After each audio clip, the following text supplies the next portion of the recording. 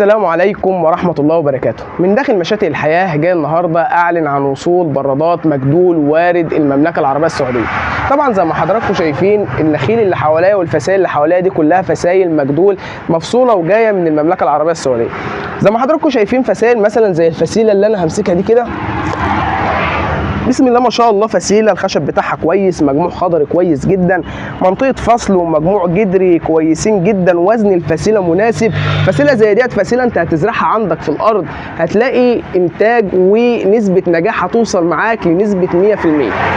طبعا دي مش حاله فرديه، مثلا فسيله زي اللي قدامي دي كده مثلا، بسم الله ما شاء الله، فسيله زي ديت لما تزرعها عندك في قلب الارض يبقى انت ضامن نجاح استثمارك بنسبه 100%. ليه؟ عشان الفسيله خشب كويس، الفسائل كلها كانت مبشره قبل كده وهي جنب الام هناك، مجموع خضري، منطقه فصل، كل الحاجات ديت بتؤهلك ان انت تزرع الفسيله ويبقى عندك نسبه نجاح عالي باذن الله.